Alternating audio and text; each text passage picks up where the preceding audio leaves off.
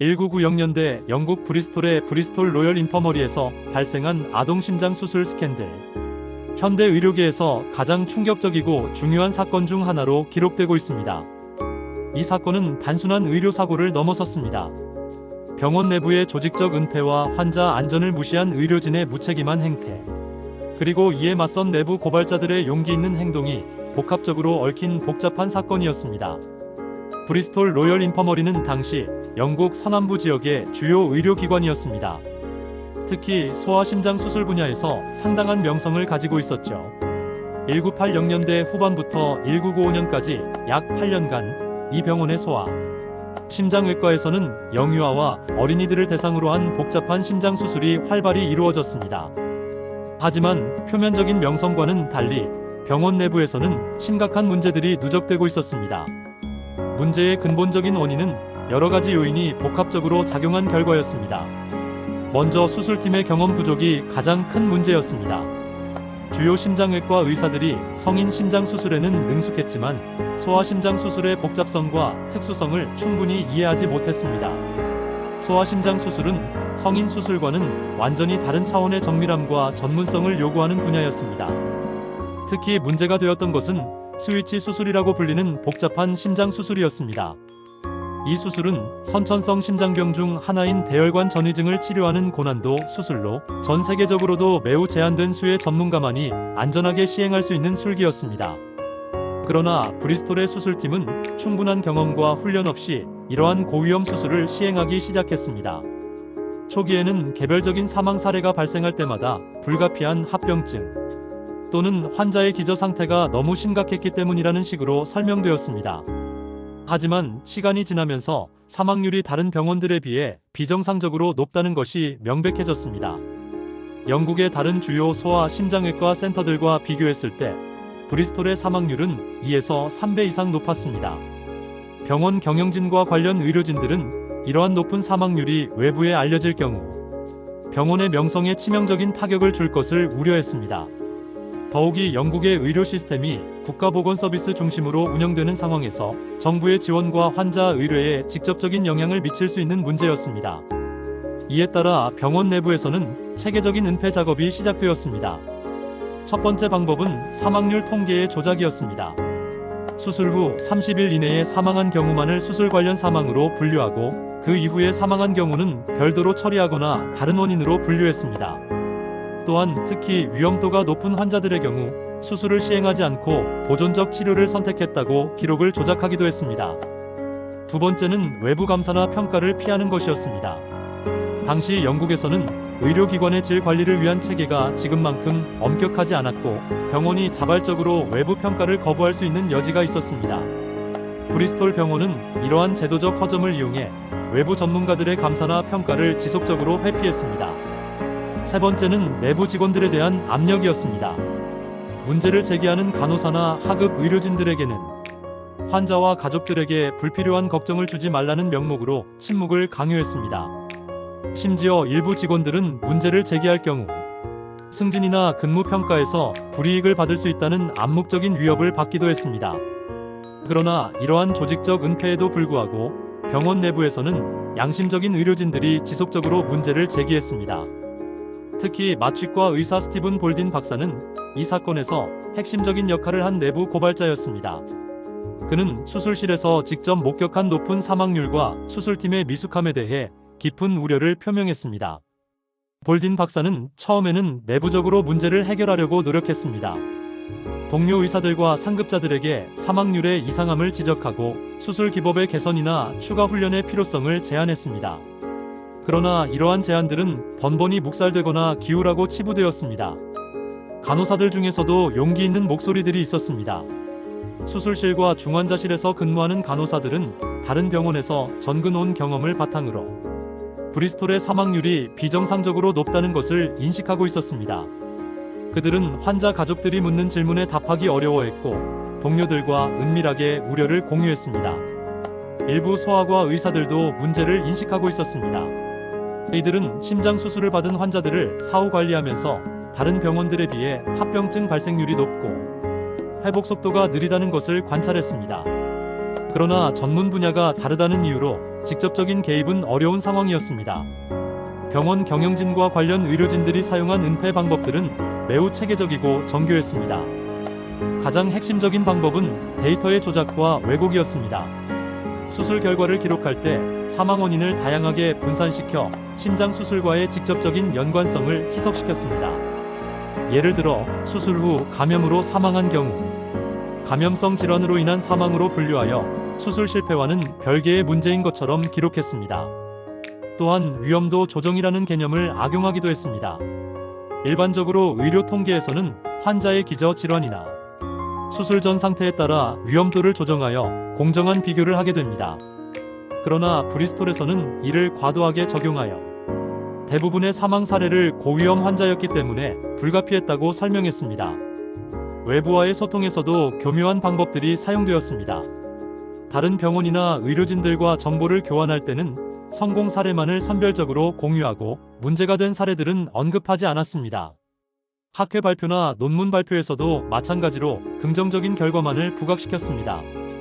환자 가족들에 대한 설명에서도 은폐 작업이 이루어졌습니다. 수술 전 설명에서는 위험성을 과소평가하여 설명하고 사망이나 합병증이 발생했을 때는 예측 불가능한 합병증 또는 환자의 특수한 상황 때문이라고 설명했습니다. 스티븐 볼딘 박사를 중심으로 한 내부 고발의 과정은 매우 어렵고 위험한 것이었습니다.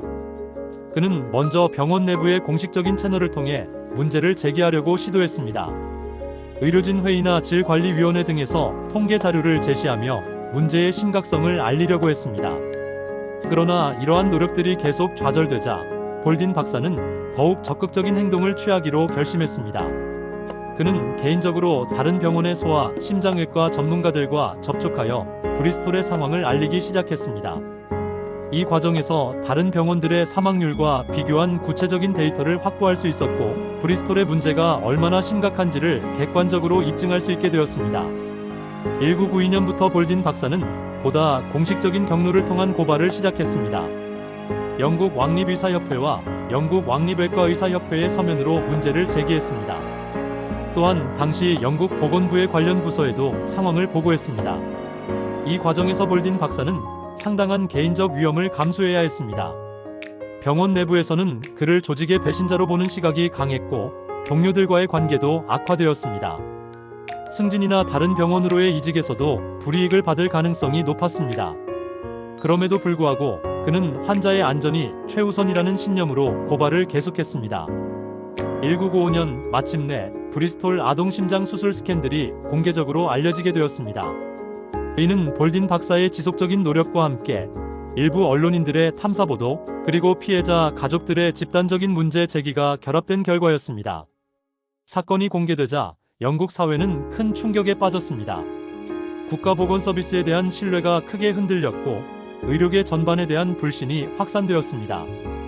특히 소아 의료 분야에 대한 우려가 높아졌고 부모들은 자녀의 수술을 앞두고 극도의 불안감을 느꼈습니다.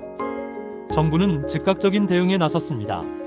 먼저 브리스톨 병원의 소아 심장외과 운영을 전면 중단시켰고 관련 의료진들에 대한 조사를 시작했습니다. 조사위원회의 조사 결과 1985년부터 1995년까지 10년간 브리스톨에서 시행된 소아 심장 수술 중 53명의 어린이가 사망한 것으로 확인되었습니다. 이 중 상당수는 다른 병원에서 수술을 받았다면 생존할 수 있었을 것으로 분석되었습니다. 특히 1세 미만 영아를 대상으로 한 복잡 심장 수술의 경우 브리스톨의 사망률은 영국 평균의 2배 이상이었습니다. 스위치 수술의 경우에는 더욱 심각했는데 1991년부터 1995년까지 시행된 53건 중 29명이 사망하여 약 55%의 사망률을 보였습니다.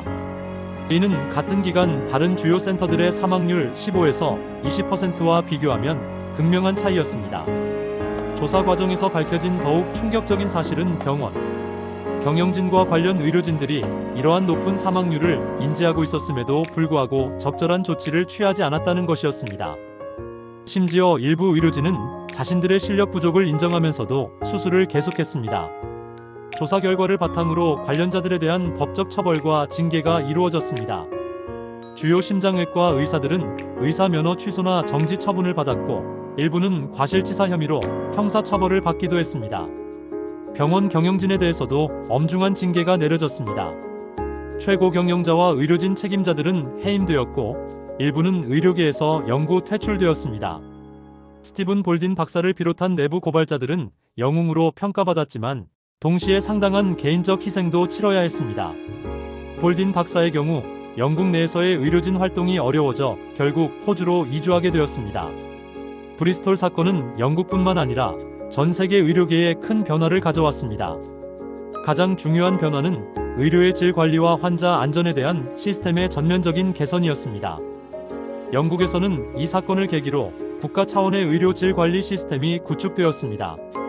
모든 병원은 정기적으로 외부 감사를 받아야 하고 수술 결과와 사망률 등의 주요 지표들을 투명하게 공개해야 합니다. 또한 환자와 가족들의 알 권리가 크게 강화되었습니다. 의료진 교육과 훈련 시스템도 대폭 개선되었습니다. 특히 고위험 수술을 시행하는 의료진들은 반드시 충분한 경험과 자격을 갖춰야 하고 지속적인 재교육을 받아야 합니다. 소아심장외과의 경우 별도의 전문 자격증 제도가 도입되었습니다. 브리스톨 사건은 의료계의 문화적 변화도 가져왔습니다. 과거에는 의료진의 권위와 경험에 의존하는 경향이 강했지만 이제는 투명성과 책임성이 강조되는 문화로 변화했습니다. 특히 내부 고발자 보호 제도가 크게 강화되었습니다. 의료진이 환자 안전에 관련된 문제를 제기할 때 불이익을 받지 않도록 하는 법적, 제도적 장치들이 마련되었습니다. 또한 문제를 제기하는 것이 조직에 대한 배신이 아니라 환자에 대한 책임이라는 인식이 확산되었습니다. 환자와 가족들의 참여도 크게 늘어났습니다. 치료 과정에서 환자와 가족들이 의료진과 동등한 파트너로 인정받게 되었고 의사결정 과정에서도 중요한 역할을 하게 되었습니다. 브리스톨 사건의 영향은 영국을 넘어 전 세계로 확산되었습니다. 미국, 캐나다, 호주 등 주요 선진국들은 자국의 의료 시스템을 점검하고 유사한 문제가 없는지 조사했습니다. 세계보건기구는 이 사건을 계기로 환자 안전에 관한 국제적인 가이드라인을 제정했습니다. 또한 각국의 의료질 관리 시스템을 비교 분석하고 모범 사례를 공유하는 프로그램을 시작했습니다. 의학교육에서도 큰 변화가 있었습니다. 전 세계 의과대학들은 교육과정에 의료윤리와 환자 안전, 의료의 질 관리 등의 내용을 필수로 포함시켰습니다. 또한 의료진의 의사소통 능력과 팀워크 향상에도 더 많은 관심을 기울이게 되었습니다. 브리스톨 사건이 발생한 지 30년이 지난 현재 의료계는 많은 발전을 이뤘습니다. 환자 안전 시스템이 크게 개선되었고 의료의 질도 전반적으로 향상되었습니다. 그러나 여전히 완벽하지는 않으며 지속적인 노력과 개선이 필요한 상황입니다. 이 사건이 우리에게 주는 가장 중요한 교훈은 의료진의 전문성과 윤리의식의 중요성입니다. 아무리 좋은 시스템이 있어도 결국 그것을 운영하는 것은 사람이며 의료진 개개인의 양심과 책임감이 환자 안전의 기초가 된다는 것입니다. 또한 조직 문화의 중요성도 확인할 수 있습니다. 문제를 은폐하려는 문화에서는 결국 더 큰 피해가 발생하게 되고 투명하고 개방적인 문화에서만 진정한 발전이 가능하다는 것입니다. 내부 고발자들의 용기와 희생도 잊어서는 안 될 교훈입니다. 스티븐 볼딘 박사를 비롯한 양심적인 의료진들이 개인적인 위험을 감수하고 문제를 제기했기 때문에 수많은 생명을 구할 수 있었습니다. 이들의 용기가 없었다면 더 많은 어린 생명들이 희생되었을 것입니다. 브리스톨 아동 심장 수술 스캔들은 의료계 역사상 가장 아픈 사건 중 하나지만 동시에 의료가 나아가야 할 방향을 명확히 제시해준 중요한 이정표이기도 합니다. 이 사건의 교훈을 잊지 않고 지속적으로 환자 안전과 의료의 질 향상을 위해 노력한다면 유사한 비극을 방지할 수 있을 것입니다. 본 콘텐츠는 일반적인 건강 정보이며 전문적인 의학적 조언이나 진료를 대체할 수 없습니다. 건강에 문제가 있을 경우 반드시 의사 등 의료 전문가와 상담하시기 바랍니다. 제공된 정보의 활용에 대한 모든 책임은 전적으로 사용자 본인에게 있습니다.